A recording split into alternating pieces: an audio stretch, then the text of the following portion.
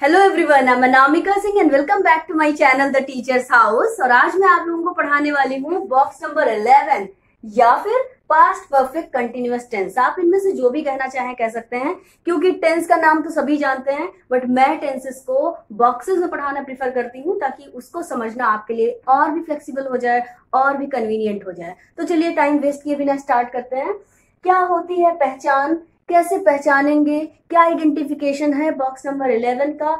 तो आइडेंटिफिकेशन मैंने यहाँ लिख रखा है, देखिए, रहा था, रही थी, रहे थे प्लस टाइम।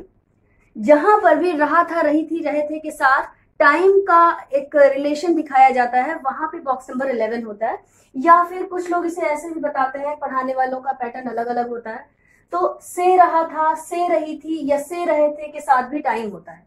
जैसे वो 2 घंटे से पढ़ रहा था, मैं 2 महीनों से सोच रहा था, मैं 3 महीनों से वीडियोस बना रहा था, मैं 5 महीनों से इंग्लिश सीख रहा था। इस तरह से पिछले 3 दिनों से बारिश हो रही थी। इस तरह से जितनी भी चीजों में देखिए रहा था, रही थी, रहे थे के साथ कोई पर्टिकुलर टाइम दिया हुआ है। इस तरह के जो टेंसेस होते हैं इनको हम बॉक्स नंबर 11 या पास्ट परफेक्ट कंटिन्यूअस टेंस की सीरीज में रखते हैं। तो हेल्पिंग वर्ब जो यहाँ पे है वो हैड बीन यूज होती है। इससे पहले जो बॉक्स नंबर 10 का वीडियो आप लोगों ने अगर देखा होगा, नहीं देखा है तो प्लीज देख लीजिए, क्योंकि इसके साथ उसका डायरेक्ट रिलेशन है। तो बॉक्स नंबर 10 में जो हेल्पिंग वर्ब थी वो हैज बीन या हैव बीन थी। यहाँ पे कोई कंफ्यूजन नहीं है, हैज लगाना है या हैव लगाना है। यहाँ पे सीधे आपको हैड बीन का यूज करना है और वर्ब की आईएनजी फॉर्म का ही यूज हमेशा होगा।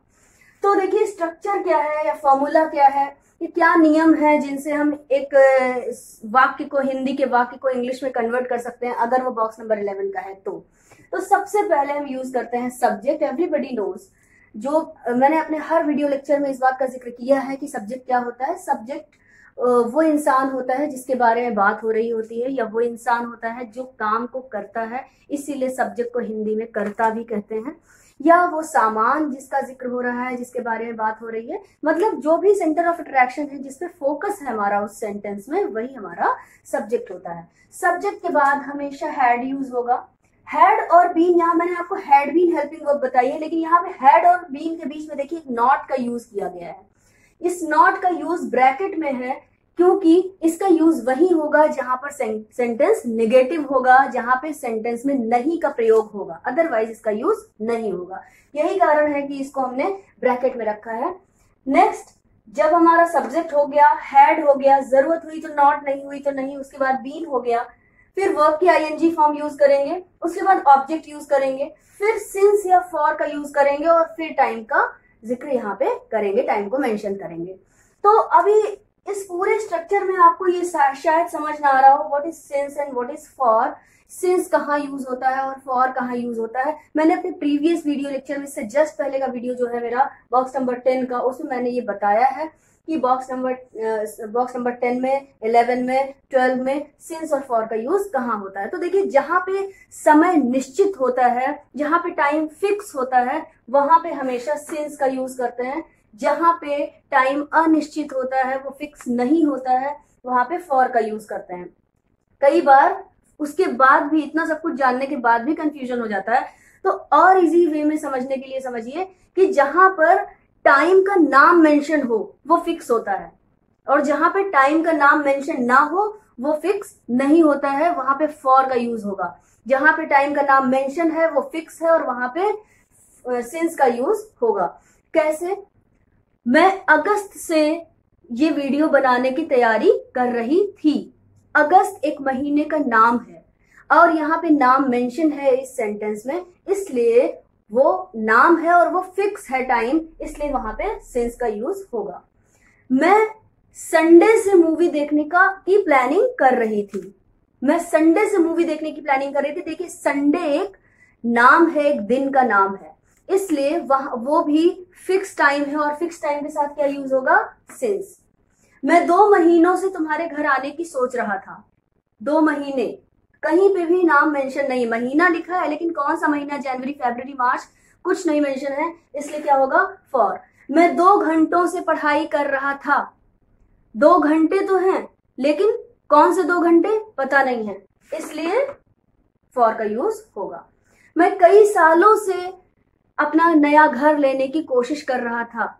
तो कई साल कहीं पे भी मेंशन नहीं है कि वो 2018 से लेने की कोशिश कर रहा था, 2009 से लेने की कोशिश कर रहा था, 2000 से लेने की कोशिश कर रहा था, लेकिन कई सालों से। तो वहां पर जब टाइम का नाम मेंशन नहीं है तो वो क्या हो गया, अनिश्चित, और वहां पे फॉर का यूज होगा। तो चलिए कुछ एग्जाम्पल्स हैं यहाँ जिनके थ्रू आपको ज्यादा समझ में आएगा। पहला एग्जाम्पल है मेरा, मैं कई सालों से इंग्लिश पढ़ा रही थी। तो सब्जेक्ट कौन है यहाँ पे, आई, यानी कि मैं, आई। नेक्स्ट इज, आई के साथ क्या यूज होगा, हैड। हैड के बाद नॉट का यूज होगा क्या, नहीं होगा, क्योंकि ये एक नेगेटिव सेंटेंस नहीं है, सिंपल सेंटेंस है, पॉजिटिव सेंटेंस है, या आप लोग अफर्मेटिव सेंटेंस भी कहते हैं। सिंपल, पॉजिटिव या अफर्मेटिव सेंटेंस में नॉट का यूज नहीं होता है, इसलिए नॉट का यूज नहीं हुआ। नेक्स्ट हमने बीन लगाया, देखिए ये बीन है तो हमने बीन लगा लिया। अब आती है बारी वर्ब की। वर्ब यानी भी यहाँ पे काम क्या है, क्रिया क्या है। तो वर्ब है यहाँ पे पढ़ाना। पढ़ाने को इंग्लिश में कहते हैं टीच, और टीच की आईएनजी फॉर्म का यूज होगा तो ये हो जाएगी टीचिंग। अब बात होती है व्हाट इज ऑब्जेक्ट। ऑब्जेक्ट उस सेंटेंस का जो कुछ भी बचा हुआ पार्ट होता है वो हम लोग ऑब्जेक्ट मान करके वहां पे पुट कर देते हैं। तो यहाँ पे किसके बारे में, टीचिंग इंग्लिश, तो इंग्लिश डाल दिया। नेक्स्ट, सिंस लगाएंगे या फॉर लगाएंगे। अभी देखिएगा, अभी मैंने आपको निश्चित और अनिश्चित समय के बारे में बताया। तो ये समय कई सालों से पढ़ा रही थी, सालों का नाम तो मैंने लिया, लेकिन कौन सा साल यहाँ पे मेंशन नहीं किया, इसलिए ये कौन सा टाइम हो गया, एक अनिश्चित समय हो गया, एक ऐसा टाइम जो फिक्स नहीं है, क्योंकि उस ईयर का नाम मेंशन नहीं है। तो हमने क्या लगा लिया यहाँ पे, फॉर, और फॉर के बाद टाइम। हमने कहा मेनी ईयर्स, कई साल, तो मेनी ईयर्स यहाँ पे हो गया।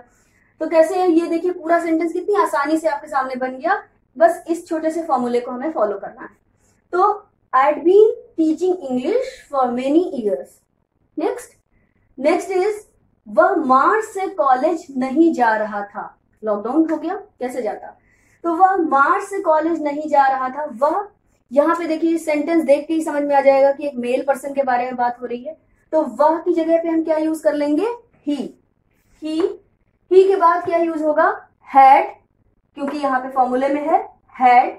फिर यहाँ पे एक नेगेटिव सेंटेंस है इसलिए नॉट का यूज भी होगा, तो नॉट लगा लिया।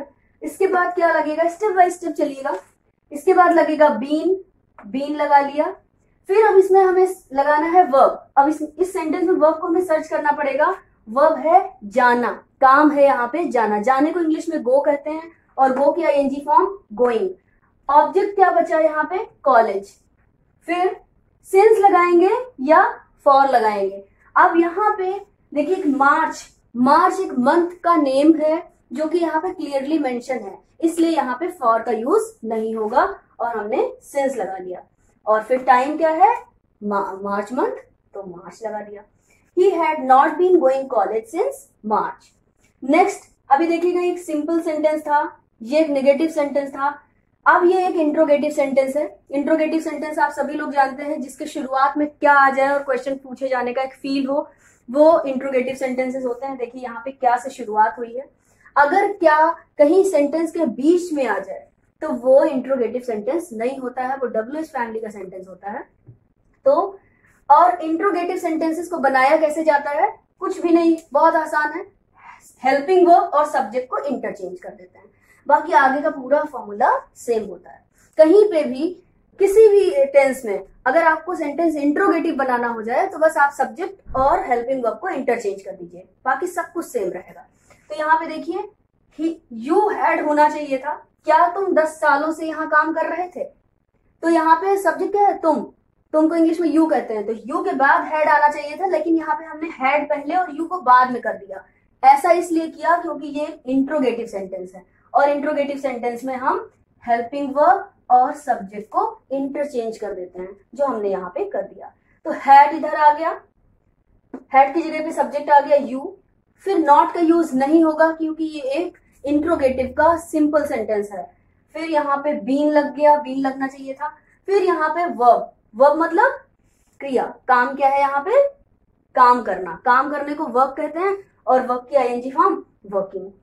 फिर सिंस लगेगा या फॉर लगेगा, अब यहाँ पे देखिए 10 साल, 10 साल यहाँ पे, लेकिन कौन से 10 साल कुछ भी क्लियर नहीं है, इसलिए यहाँ पे फॉर लगेगा, फॉर 10 ईयर्स। ठीक है, तो ये हो गया हमारा एक इंट्रोगेटिव सेंटेंस। अब हम बात करेंगे इंट्रोगेटिव नेगेटिव टाइप सेंटेंस की। देखिए, क्या तुम 2018 से एग्जाम्स की तैयारी नहीं कर रहे थे? ऐसे बहुत सी चीजें, क्या तुम ऐसा नहीं कर रहे थे? क्या तुम 3 सालों से ऐसा नहीं कर रहे थे? क्या तुम 5 सालों से इंग्लिश नहीं सीख रहे थे? तो ऐसी बहुत सारी चीजें होती हैं। देखिए, यहाँ पे भी एक इंट्रोगेटिव नेगेटिव सेंटेंस है, तो क्या हुआ, है तो इंट्रोगेटिव टाइप, तो यहाँ पे भी हमने सब्जेक्ट और हेल्पिंग वर्ब को इंटरचेंज कर दिया। हैड इधर कर लिया और यू इस साइड कर लिया। फिर नॉट का यूज होगा क्योंकि ये इंट्रोगेटिव का नेगेटिव टाइप सेंटेंस है। फिर बीन का यूज भी होगा। उसके बाद वर्ब क्या है यहाँ पे, तैयारी करना। तैयारी करने को प्रिपेयर कहते हैं और प्रिपेयर को हमने प्रिपेयरिंग कर दिया। फिर फॉर एग्जाम्स, ये ऑब्जेक्ट है यहाँ पे, वो वाला फॉर नहीं है, फॉर एग्जाम्स, एग्जाम्स के लिए। फिर सिंस लगेगा या फॉर लगेगा, देखिएगा सब्जेक्ट और हेल्पिंग वर्ब इंटरचेंज हो गया, नॉट का यूज नहीं होगा, बीन का यूज हो गया, यहाँ पे वर्ब है प्रिपेयरिंग, उसके बाद फॉर एग्जाम्स ये ऑब्जेक्ट है।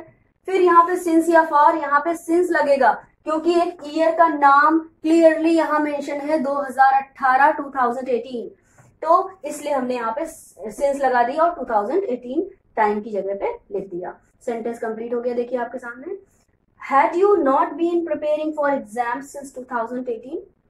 बहुत आसान है इसको बनाना, बस आपको बहुत ध्यान रख के एक एक स्टेप को फॉलो करना है, इस स्ट्रक्चर को पूरी तरह से फॉलो करना है। टेंस हुआ नहीं है, लोगों स्टूडेंट्स को एक्चुअली इस तरह से पढ़ाया ही नहीं जाता है कि उन्हें वो चीज आसान लगे। नेक्स्ट है हमारा, इसे हम चाहे तो आप WH फैमिली का सेंटेंस कह लीजिए, या आप मेरी आसान भाषा में कहना चाहें तो क्वेश्चन वर्ड टाइप सेंटेंस कह लीजिए। तो देखिए, वह सुबह से मेरा इंतजार क्यों कर रहा था। होता है ऐसे बहुत सारी सेंटेंस हम बोलते हैं, वो सुबह से ऐसा क्यों कर रहा था, वो शाम से ऐसा क्यों कर रहा था, वो 3 दिन से ऐसा क्यों कर रहा था, वो 5 साल से ऐसा क्यों कर रहा था। तो देखिए, वह सुबह से मेरा इंतजार क्यों कर रहा था। तो ये जब भी कभी आप WH फैमिली का वर्ड, वो सेंटेंस होता है जिसमें आप कौन, कहाँ, कब, क्या, क्यों, इस तरह का कोई भी वर्ड अगर सेंटेंस में मिल जाए तो आप ये मान लो कि वो सेंटेंस WH फैमिली का है, और वो पर्टिकुलर वर्ड उठा के सबसे पहले लिखना है जो WH फैमिली का है। जैसे वह सुबह से मेरा इंतजार क्यों कर रहा था, तो इसमें क्यों एक ऐसा वर्ड है जो WH फैमिली का है, इसको उठा के सबसे पहले लिख लीजिए। क्यों को इंग्लिश में कहते हैं वाई। उसके बाद आगे का जो पैटर्न होगा वो पूरा पैटर्न इंट्रोगेटिव टाइप सेंटेंस पे बेस्ड है। उसके बाद इंट्रोगेटिव में क्या होता है, मैंने अभी बताया, हेल्पिंग वर्ब और सब्जेक्ट को इंटरचेंज कर देते हैं। यानी कि सबसे पहले WH फैमिली का जो वर्ड लगाना था वो लगा लिया, और उसके बाद बिल्कुल इंट्रोगेटिव की तरह सब्जेक्ट और हेल्पिंग वर्ब को हमने बदल दिया, एक दूसरे की जगह ले ली। तो ही हैड होना चाहिए था, हैड ही कर दिया, वाई हैड ही। ठीक, तो यहाँ पे हमने एक क्वेश्चन वर्ड का यूज किया, उसके बाद हेल्पिंग वर्ब पहले, सब्जेक्ट बाद में। फिर नॉट का यूज नहीं होगा क्योंकि ये WH फैमिली का पॉजिटिव सेंटेंस है। फिर बीन लगा लिया। फिर यहाँ पे है वर्ब क्या है, इंतजार करना। इंतजार करने को सब लोग जानते हैं, वेट कहते हैं, और वेट की ING फॉर्म वेटिंग। तो why had he been waiting for me. For me मतलब मेरे लिए, ये ऑब्जेक्ट है, ये वो वाला फॉर नहीं है सिंस और फॉर वाला।